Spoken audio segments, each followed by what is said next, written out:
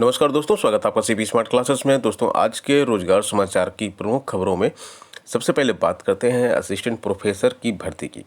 तो assistant professor के 2026 पदों पर भर्ती होनी थी, फिर ये हुआ कि 2016 पदों पर भर्ती होगी और अब यहाँ पे दिया गया है कि 2002 पदों की वैकेंसी निकाली जाएगी। मैंने एक ही वीडियो में मैंने आपको बताया था कि 2026 पद पूरे 2026 पद कहाँ कहाँ पर किस किस कॉलेज में खाली हैं और पूरा ड्राफ्ट मैंने आपको वो दिखाया था जो कि ऐड के लिए निकलने वाला था। तो अब 2026 को 2002 कर दिया गया है। खैर कोई बात नहीं, 2002 पद की भी भर्ती निकले, लेकिन ये भर्ती जल्दी आए और ये भर्ती अब आ जाएगी क्योंकि यहाँ पे क्षैतिज आरक्षण की खामियों को दूर कर लिया गया है। उच्च शिक्षा निदेशालय ने बुधवार को उत्तर प्रदेश उच्चतर शिक्षा सेवा आयोग को 2002 पदों पर भर्ती का अधियाचन भेज दिया है। इसमें 14 पद कम हो गए हैं। आयोग को पहले 2016 पदों का अधियाचन भेजा गया था। तो ठीक है, जो 14 पद कम हो गए हैं उनको हटाने के बाद विज्ञापन जारी किया जाए। और 1150 असिस्टेंट प्रोफेसर पद की भर्ती 2016 में निकाली गई थी, 4 साल पहले, और विज्ञापन संख्या 47 था। उसके बाद अब यह भर्ती आ रही है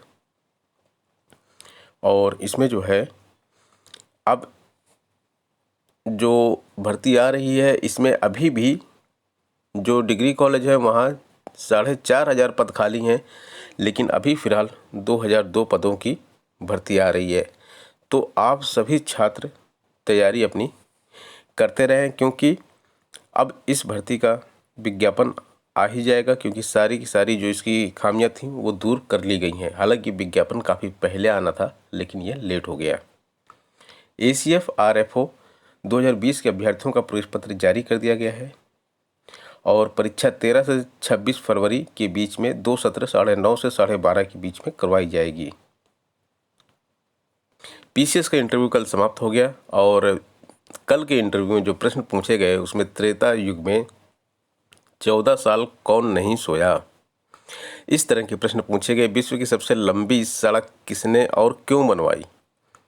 नासा मौजूदा समय किस मिशन पर काम कर रहा है? तो ये सारे प्रश्न थे। और जैसे कि आत्मनिर्भर भारत क्या है, इससे देश को क्या लाभ हुआ, किस पड़ोसी देश को भारत के लिए चुनौती मानते हैं, आम बजट 2021-22 को खामियां व अच्छाई पूछी गई इसमें, क्योंकि बजट अभी भी पेश किया गया।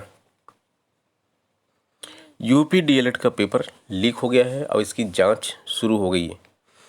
तो यूपी में DLED का पेपर लीक होना कोई बड़ी बात नहीं है और कोई ऐसा पहली बार नहीं हुआ है। DLED भी अब जो BTC की प्लेस पे जो DLED होता है, डिप्लोमा इन एलिमेंट्री एजुकेशन, अब लोग ये मानते हैं कि DLED अगर कर भी लिया तो नौकरी के चांसेस बढ़ जाते हैं। तो इसके पेपर में अभी जैसे रिजल्ट आया था कुछ दिन पहले, आपने देखा था कि काफ़ी छात्र फेल हो गए थे। तो अब पेपर को लीक कराया जा रहा है पेपर को पास करने के लिए। तो ये छात्र किस तरह के अध्यापक बनेंगे?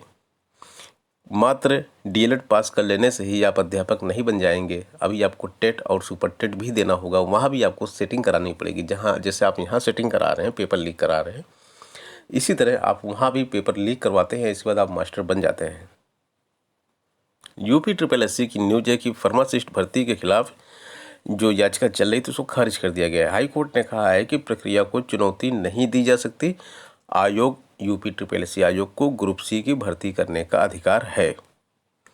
कोर्ट ने फार्मासिस्ट के खाली पदों की भर्ती के खिलाफ याचिका खारिज कर दी है। यह आदेश न्यायमूर्ति सुनीता अग्रवाल ने भरत जी व 16 अन्य की याचिका पर दिया। याचिकाकर्ता 2003 के फार्मासिस्ट के डिप्लोमा धारक हैं। प्रदेश सरकार के अधिवक्ता जयेश बुंदेला का कहना था कि सुप्रीम कोर्ट व हाई कोर्ट के आदेश पर 2002 तक के कार्यरत फार्मासिस्टों को हर प्रकार के खाली पदों पर समायोजित किया गया है। सभी को समायोजित करने के बाद नियम बदल गए हैं। अब नई नियमावली के अनुसार 7 दिसंबर 2020 के उप सचिव स्वास्थ्य के आदेश से पदों को भरने की कार्रवाई की जा रही है। इसलिए पुराने नियम से भर्ती की मांग नहीं की जा सकती।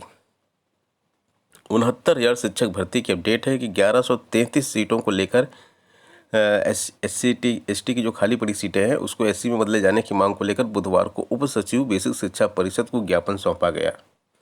अभ्यर्थियों ने शासनादेश जारी करके अगली सूची में जोड़कर काउंसलिंग कराए जाने। ज्ञापन देने वालों में पंकज, शशिपाल, भोलानाथ, धर्मेंद्र, हरीश, संतोष आदि शामिल थे। तो ये काफ़ी एक्सपेक्टेड है ये कि 1133 सीटें जो है ST की जो खाली पड़ी हैं वो SC में जोड़कर थर्ड काउंसलिंग में छात्रों को मौका मिले।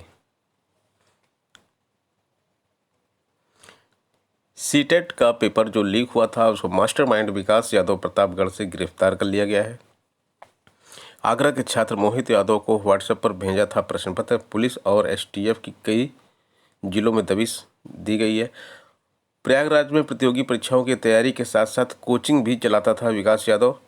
तो विकास यादव जो है केंद्रीय शिक्षक पात्रता परीक्षा का पेपर व्हाट्सएप पर लीक करने के मास्टरमाइंड थे विकास यादव। इनको OSG व STF ने बुधवार दोपहर बाद घर से दबोच लिया। इनकी गिरफ्तारी के बाद क्षेत्र में हड़कंप मच गया।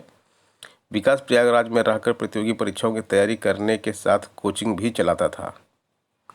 जेठवाड़ा के बलरामपुर खुदरा निवासी विकास यादव पुत्र राजेश यादव करीब 4 साल से प्रयागराज में रह रहा था। वह प्रतियोगी परीक्षाओं की तैयारी के साथ अपना खर्च निकालने के लिए छोटी कक्षाओं के बच्चों की कोचिंग भी चलाता था। इन दिनों वह घर आया था। बुधवार सुबह वह अपनी बुआ गुड़िया देवी को DLED की परीक्षा दिलाने के लिए शहर आया था। परीक्षा दिलाकर वह घर पहुंचा तभी आगरा SOG व STF ने उसे दबोच लिया। क्या सीटेट का प्रश्न पत्र जो लीक हुआ है उससे परीक्षा पर क्या असर पड़ेगा? क्या पेपर कैंसिल होगा या नहीं होगा? इस समय सोशल मीडिया में केवल यही एक बहस चल रही है कि सीटेट का पेपर रद्द किया जाना चाहिए या नहीं किया चाहिए। जिनका पेपर अच्छा हुआ है वो कह रहे हैं रद्द नहीं किया जाना चाहिए। जिनका पेपर खराब हो गया वो चाहते हैं कि परीक्षा को रद्द करके पुनः कराया जाए। पुरानी पेंशन DA के लिए सोशल मीडिया पर इसमें जंग छिड़ी हुई है। तो ये आंदोलन एक तरह से किया जा रहा है। ट्विटर अभियान 23 मार्च को रहेगा। इसमें समर्थन में कई तरह के पोस्ट किए जा रहे हैं और अलग अलग सेल गठित की गई है। पुरानी पेंशन के लिए 14 से फिर आंदोलन किया जाएगा। अवेटा नाम से तैयार किए गए फेसबुक अकाउंट पर ये सारी चीज़ें चल रही हैं। केंद्रीय और राज्य कर्मचारी पुरानी पेंशन की बहाली की मांग के लिए लगातार संघर्ष कर रहे हैं। 48,000 करोड़ के तेजस खरीद सौदे पर लगी मुहर। मार्च 2024 से मिलने शुरू हो जाएंगे विमान। 48,000 करोड़ रुपए के रक्षा सौदे पर बुधवार को औपचारिक मुहर लग गई। अब तक के सबसे बड़े मेक इन इंडिया रक्षा समझौते के तहत सरकारी aerospace company Hindustan aeronautics limited HAL इन विमानों का निर्माण करेगी। चीन और पाकिस्तान से निपटने के लिए इन विमानों के शामिल होने से वायुसेना की मारक क्षमता कई गुना बढ़ जाएगी। रक्षा मंत्री राजनाथ सिंह की मौजूदगी में रक्षा मंत्रालय के महानिदेशक अधिग्रहण VL कांताराव ने HAL के चेयरमैन व प्रबंध निदेशक R माधवन को करार सौंपा। करार पर एरो इंडिया 2021 के उद्घाटन के दौरान मुहर लगी। माधवन के अनुसार वायुसेना को तेजस LCA मार्च 24 से मिलने शुरू हो जाएंगे। हर साल 16 विमान सौंपे जाएंगे। 2032 तक वायुसेना को 83 तेजस मिल जाएंगे। उन्होंने कहा कुछ अन्य देशों में भी तेजस में दिलचस्पी दिखाई है। सुपरसोनिक विमान है तेजस और इसमें एकल इंजन पर सुपरसोनिक विमान है जो किसी भी मौसम में आसानी से उड़ान भर सकता है। स्वदेशी विमान मिलने की खुशी ही अलग होती है। संभवतः यह एक बड़ा सौदा है और इससे विदेशों से भी ऑर्डर आएंगे।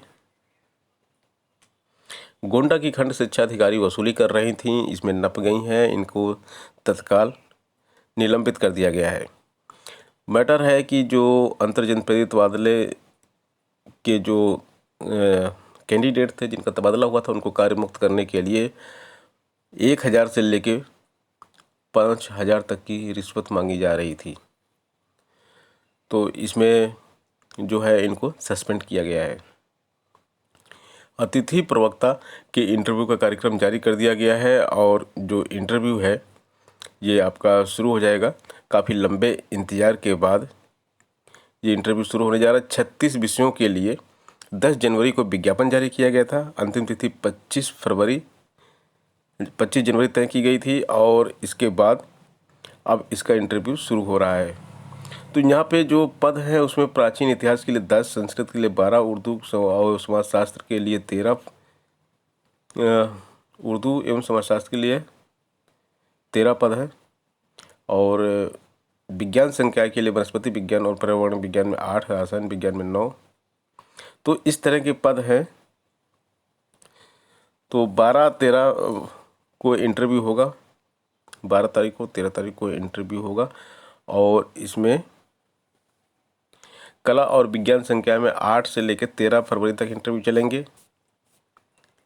कॉमर्स में अतिथि प्रवक्ता के लिए 9 फरवरी को साक्षात्कार लिया जाएगा। असिस्टेंट प्रोफेसर बनने के लिए पीएचडी जरूरी है, कोर्ट ने साफ साफ कह दिया है। केरल हाई कोर्ट का मामला है। केरल हाई कोर्ट के फैसले को रद्द करते हुए सुप्रीम कोर्ट ने कहा कि AICTE विनियमों के अनुसार 5 मार्च 2010 के बाद सहायक प्रोफेसर के पद के लिए पीएचडी अनिवार्य है। शीर्ष अदालत ने केरल हाई कोर्ट के एक निर्णय को रद्द करार कर दिया है, और इसमें बताया गया है कि हाई कोर्ट ने 12 याचिकाओं के एक बैच का निस्तारित किया था। सुप्रीम कोर्ट ने कहा कि हम इससे सहमत हैं कि एसोसिएट प्रोफेसर पद के लिए पीएचडी प्राप्त करने के लिए 7 वर्ष का समय देने वाली 2003 की अधिसूचना 2010 में खत्म हो जाएगी। ओबीसी की क्रीमी लेयर की आय सीमा 12 लाख हो जाएगी। इसे 8 लाख थी अभी तक, इसको बढ़ा के 12 लाख कर दिया जाएगा। अभी 8 लाख से नीचे है तो आप क्रीमी लेयर के बाहर आते हैं, 8 लाख के ऊपर है तो आप क्रीमी लेयर में आते हैं। अब यह 12 लाख हो जाएगा, क्योंकि इसे समय समय पर इसकी समीक्षा होनी चाहिए कि अब देखिए 3 साल बाद फिर इसकी समीक्षा होगी। तो अभी 12 लाख जो किया गया है, इसको हो सकता है तब 15 लाख या 16 लाख या 20 लाख कर दिया जाए, जैसा भी होगा। और 2017 में इसको 8 लाख किया गया था, 17 के बाद अब 20 में इसको 12 लाख किया जा रहा है। योग्य व्यक्तियों की अभी भी कमी है। एक सवाल पर केंद्रीय मंत्री रतन लाल कटारिया बोले, SC, ST, OBC व दिव्यांग के लिए आरक्षित पद खाली रहने या उन पर कम नियुक्ति होने के कारणों के विश्लेषणों के लिए समिति गठित की गई है। इसमें ग्रुप A व B के तकनीकी पदों के लिए योग्य व्यक्तियों की कमी भी एक कारण है। अब एक साथ पढ़ सकेंगे कॉमर्स, कला और विज्ञान। यूपी बोर्ड में जैसे कॉमर्स अलग होता था, कला अलग होती थी, विज्ञान अलग होती थी, लेकिन अब इसको एक साथ पढ़ा जा सकता है। बाकी बोर्डों में इस तरह की थी सुविधाएं, लेकिन अभी यूपी बोर्ड में नहीं थी। तो अभी यूपी बोर्ड में रसायन, भौतिकी, विज्ञान, गणित विषय लेकर इंजीनियरिंग की तैयारी करने वाले विद्यार्थी संगीत भी पढ़ सकेंगे, और अर्थशास्त्र के साथ रसायन विज्ञान भी पढ़ा जा सकेगा। यूपी बोर्ड को अब विज्ञान, कला या कॉमर्स वर्गों से मुक्त किया जाएगा। नई शिक्षा नीति के मुताबिक नए शैक्षिक सत्र में इसकी तैयारी की जाएगी, और 22-23 विद्यार्थियों को विषय चुनने की स्वतंत्रता दी जाएगी। बता दें कि उत्तर प्रदेश में यूपी बोर्ड के करीब 50 लाख छात्र और छात्राएं हर साल परीक्षा देते हैं। तो ये जो प्रस्ताव भेजा जा रहा है, इसमें आप कोई भी विषय ले सकते हैं। भौतिकी के साथ आप तबला भी ले सकते हैं, गणित के साथ आप तबला ले सकते हैं, पेंटिंग ले सकते हैं। आप कोई भी विषय किसी के साथ भी कॉम्बिनेशन बनाकर आप अपनी तैयारी कर सकते हैं। कक्षा 6 से 8 तक के स्कूल 8 फरवरी से खोलने की तैयारी है, और जो निर्देश जारी किए गए हैं वो ये निर्देश हैं। स्कूल आने वाले बच्चों को अभिभावक से सहमति पत्र लाना होगा। एक क्लासरूम में 20 बच्चे अलग अलग सीट पर बैठेंगे। कक्षा 3 घंटे की शिफ्ट में चलेगी, यानी कि 10 बजे से 1 बजे तक। लंच ब्रेक नहीं होगा। फीस न जमा करने वाले बच्चे क्लास नहीं अटेंड कर पाएंगे। सभी क्लासरूम सैनिटाइज होंगे। 1 मीटर की दूरी बनाकर छात्र प्रवेश कर पा सकेंगे व निकल सकेंगे। छात्र छात्राओं की गेट पर थर्मल स्कैनिंग और सैनिटाइजेशन होगा। बिना मास्क के प्रवेश नहीं होगा। छात्र सीधे क्लासरूम में जाएंगे और पूरे समय क्लास में रहेंगे। बच्चे केवल पानी ला सकेंगे।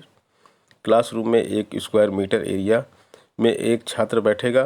प्रवेश और निकास अलग अलग गेट से होगा। क्लास के दरवाजे हमेशा खुले रहेंगे। ट्रांसपोर्ट की व्यवस्था स्वयं करनी होगी। स्कूल की जिम्मेदारी नहीं होगी। तो दोस्तों, ये थी आज की प्रमुख खबरें। मिलते हैं नेक्स्ट वीडियो में नई अपडेट के साथ। धन्यवाद।